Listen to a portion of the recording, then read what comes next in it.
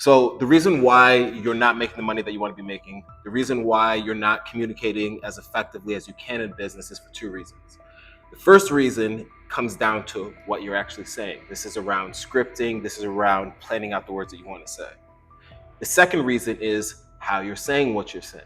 And this is way more of the communication that often doesn't go addressed. And so in this video, I'm going to be breaking down how to communicate more effectively, how to speak more lethally, how to speak more dangerously in the business environment to get what you want, to communicate what you want clearly inside of your head, and to ultimately make more money. Let's get into it. So welcome back to the Constance Corner. Like I said, we're going to get into how to communicate more effectively. And we're going to be focusing on speech particularly. Now, what's the difference between somebody who racks up sales and somebody who doesn't get any sales while they're both selling the exact same product? Well, there are a multitude of reasons. And I would probably say the number one reason comes down to credibility, authority, character, how your reputation precedes you, what people know about you. But I will say that there are a lot of it has to do with communication. A lot of it has to do with taking the message or an idea that's inside of your head and putting it into somebody else's head. And that's what I want to break down today in this discussion. So putting the who aside, let's talk on the what and the how. Focus on the what first, because before we get into the 5 things, I want to get into 5 things today that can help you understand how to speak more effectively, specifically both on camera and in person. But before I get into that, I want to talk about some prereqs, some things that you probably have to have understood before you move forward. So with that being said, the first thing that I'm going to get into is communication. And what is it? A lot of times people think communicating is just saying what's on your mind. A lot of times people think communication is just putting your message out there, but there's more to it. And I think it's really helpful to understand what communication really is. Communication shares the same root as the word community and commune. And this is really important because at the heart of it, it means shared space. So when we're communicating with somebody, when we're trying to sharpen our communication skills, what we're doing is we're putting something in the shared space for others to receive it. And so it's not just about it's not just about us putting the message in and only focusing on what we say. A big part of it is focusing on how our message is received. In some business guru said this, but I think it applies here. Communication isn't about what's being said, it's largely about what's being heard. And that's something to take to the grave because it can change your life, not just in communication, not just in business, but life overall. Anytime you're communicating with somebody one-on-one or in a group setting, if you can pay attention to what's being processed in their experience, then and you can account for that in your message, it can change the game completely. So that's the first thing to understand is what communication is. Communication is putting something in the shared pool of resources, whether that's words, whether that's just notebooks, books, whatever it might be. So communication is about sharing information that's going to be received by somebody else. Keep that in mind. The next thing that we have to get into is knowing what you want to say. You have to know what you want to say.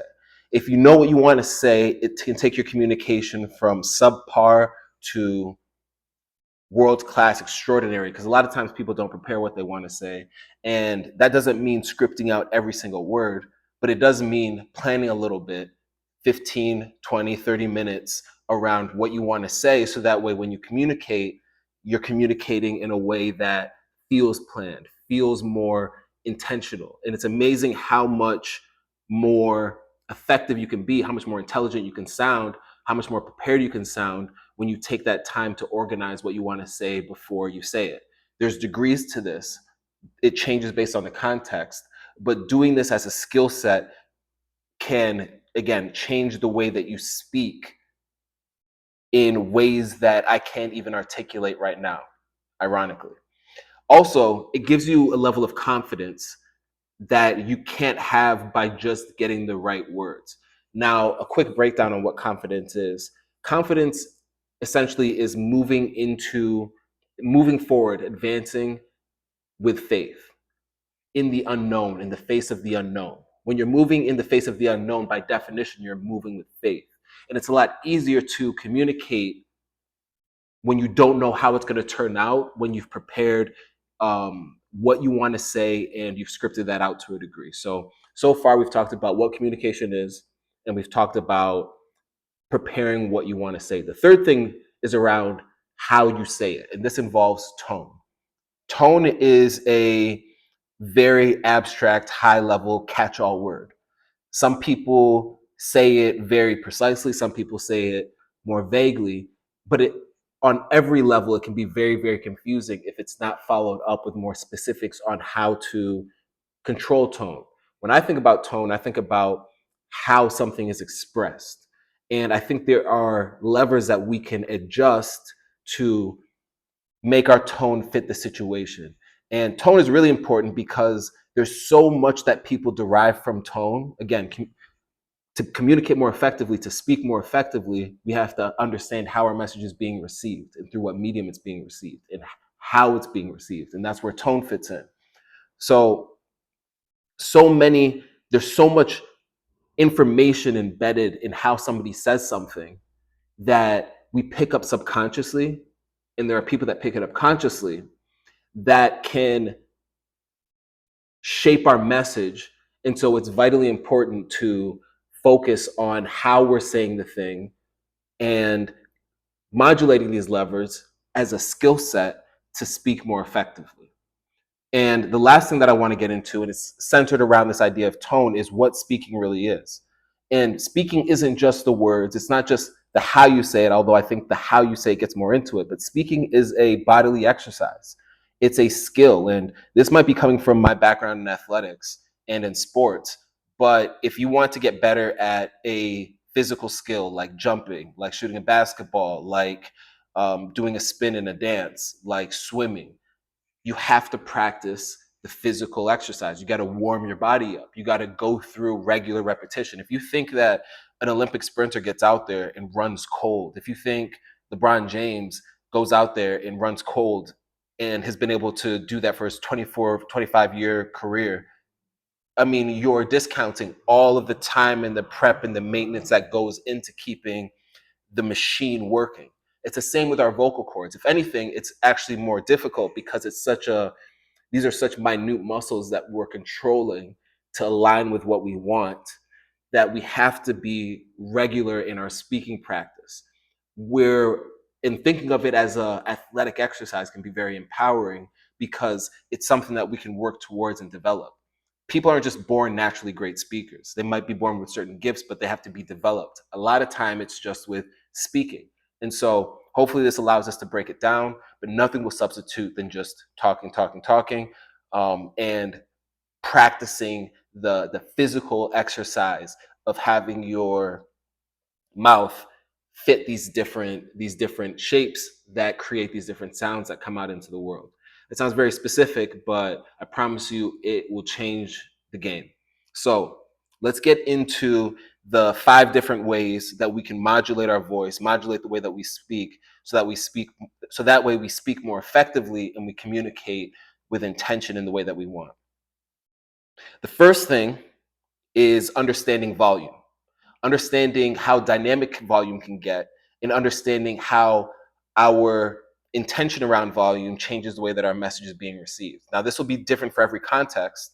And so, what I like to emphasize is practicing volume, the range of volume. So that way, when you're in a moment, you're not thinking, you're letting your subconscious take over, and you're letting yourself just communicate in a way that feels natural to the moment. So what does that look like? Well, volume is pretty easy. Just look at your MP3 player, look at your phone, look at your TV. You can either get louder or you can get quieter. And some people will say that just being loud makes you more confident, makes you sounds more decisive, like you know what you're talking about. But there are so many exceptions that I just can't take that as the end all be all. What I found is that being able to modulate your voice and show the dynamic range of how you communicate can actually add way more conviction to the people that to the message that you're communicating, and you can transfer more conviction, more confidence to the people that will ultimately buy from you. A lot of times people are reading your belief in what you're actually saying. And so people will buy from you when they believe that you back your own products. They'll buy from you when they believe that you believe in what you're talking about. That's what people are trying to gauge when they're listening to you. And so you might be right about something, but if you're communicating it in a way that's timid, that doesn't feel like people know how to trust what you're saying, then people will default to saying, maybe I'll do nothing and wait for something else to come along, even if they need what you're talking about.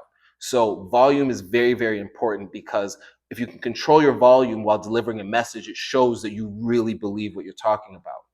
And it can be used to different effects. We can get into that later. If you're interested, then just let me know. I can talk about that, how to shift volume depending on the context. But for right now, we're going to keep it going. We're going to keep it chugging. We're going to get to the next thing that is also very important when we're talking about communicating effectively. So the next thing is speed. When I was young, I very specifically remember a mentor saying, I like people that talk fast. I like people that can speed up. I like people that can, because to me, that feels like I can trust this person, because if they're talking fast, that means that they understand what they're talking about. But then I've also heard mentors of mine say, slow down, be calm.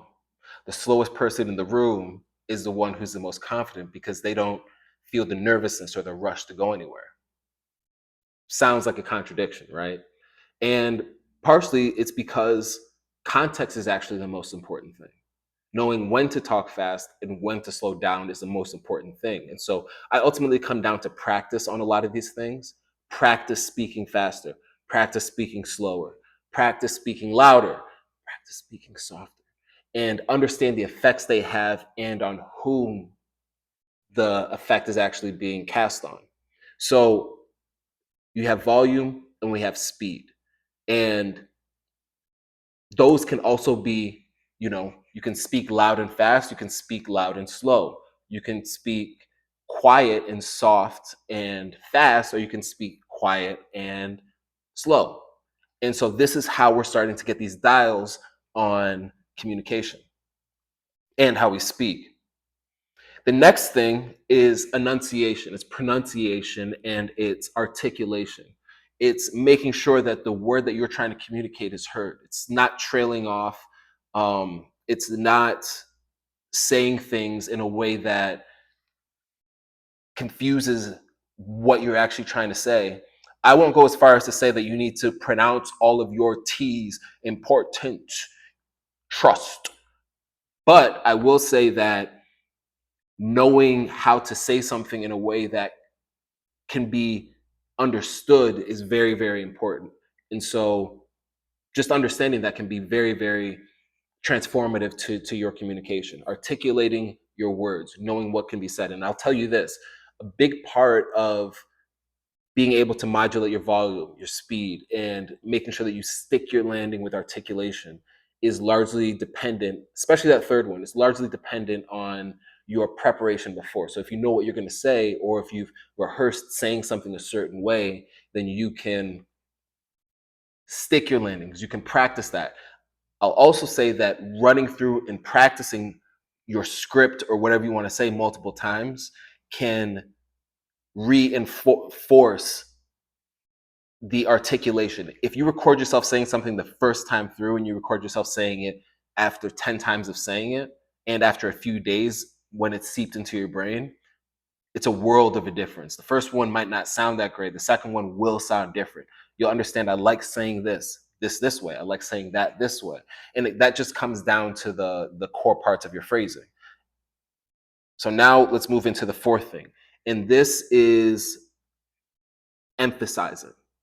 Now, emphasis is so powerful because it changes how the message is received. It changes the importance of where people should place meaning on a sentence. And I'll give you some examples. If I say, I didn't tell you I went to the store, that's one way of communicating the message. Now I'm going to put emphasis on different areas of that sentence to show you the difference. I didn't tell you I went to the store.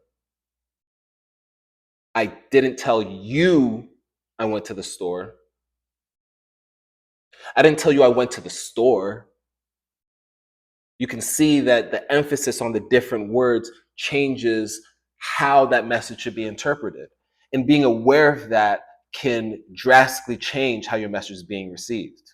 And I'm not saying that you should do this in the moment. I'm saying through practice, you actually start to recognize it in the moment. And that's how you know a skill is being developed, when you can recognize the pattern in the moment. We are prediction engines and we predict off of patterns.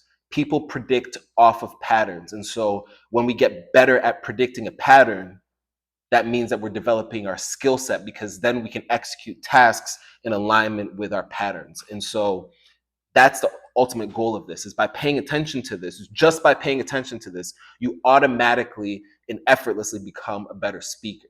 And that's just the tip of the iceberg. These are just the basics, the fundamentals that we should be paying attention to. And it's crazy how far these fundamentals can take us. So pauses and emphasis is a critical part of communication. But one thing to really understand is that you don't just have to you won't just emphasize words. You can also emphasize pauses. My mother loves the term pregnant pause. It's something that she always used to talk about. And when you notice how people can effectively use a pause, you can understand how it completely changes the nature of a message that's being communicated.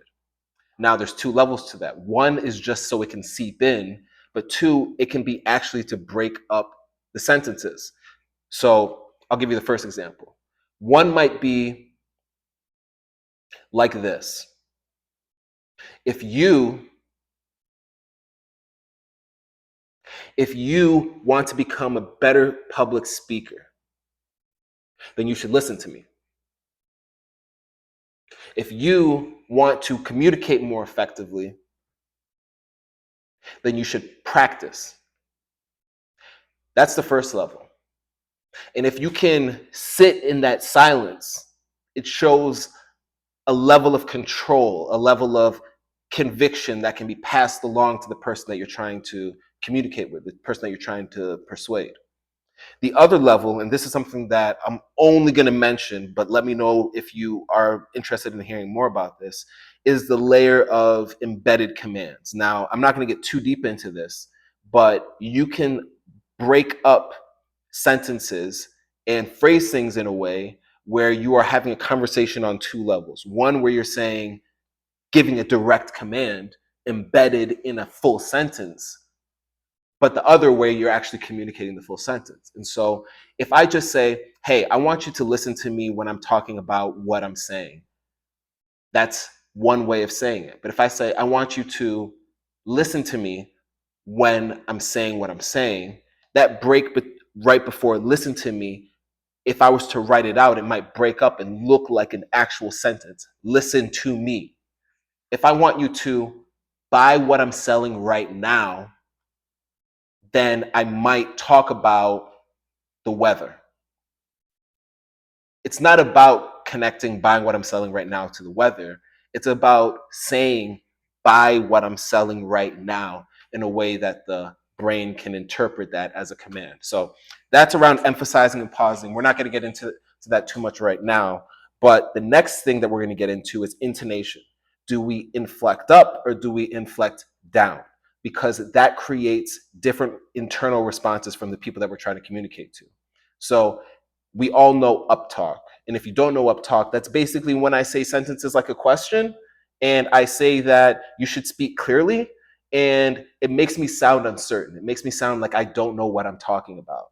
But if I speak with a downward inflection meaning sounding more decisive, then it inherently transfers a level of conviction, a level of confidence to people that are buying. Oh, this person knows what they're talking about. They don't sound like they're asking me for questions.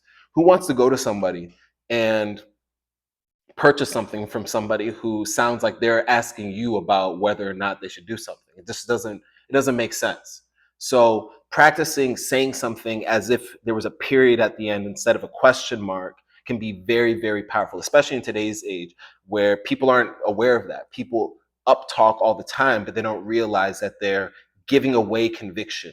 They're giving away their power. They're giving away their authority because they're saying, by definition, I want you to fill this in. I want you to be the author of this situation. Authority comes from the ability, the credibility, and the permission that you or somebody else gives you to author a situation, to create a situation, to narrate a situation, to tell the story around that situation, and to dictate how things happen. So when you uptalk, you're saying, I don't know. What do you think? That's not always bad, especially when wielded effectively. But when it's not done on purpose, then that can be a real problem. So volume, speed, articulation, emphasis, and intonation are the 5 different ways that we can modulate our speaking, the way that we speak, our tone, and the way that we can make more money and land more sales. Prepare what you want to say and prepare how you want to say it, and practice, practice, practice. Those are the best ways to do it. I'll also go as far as to say, if you have a phone, get out your voice notes, set a minute timer, and work on one of these drills a day. There's 5 drills, so set a minute timer and do practice 1, 2, 3, 4, 5, Monday through Friday, and you'll be shocked at how people respond to you differently. You might not notice it at first, but I promise you that it will change how you think about communicating, and just changing the frame, the way that you're anchoring communication can change the way that your messages are being received. Now, this episode was brought to you by Constance, Constance.com. Constance.com is the mini site that makes you money. It's a site that sells while you sleep. You can get started in 10 minutes. And my team and I created Constance.com because we're in a changing climate right now where there's so much new technology that's being introduced, but people just haven't had the time to adopt it. And what's the cost without having the time to adopt it? Wasted time doing things the old way. It's like walking 5 miles when you could get a bike. Even worse, when you could get a car to travel you that 5 miles. Now imagine walking that distance next to somebody who has a car. Who's going to be more productive and who's going to get more work done? So Constance.com is that first step into starting and growing an online business. Don't believe what I'm saying. Check it out in the link. Go to the website, Constance.com, and tell a friend. If it's not for you, but you know somebody who could benefit from it, tell the friend, share it. Otherwise, it's been great having you on Constance Corner. Can't wait till next time. Peace and love.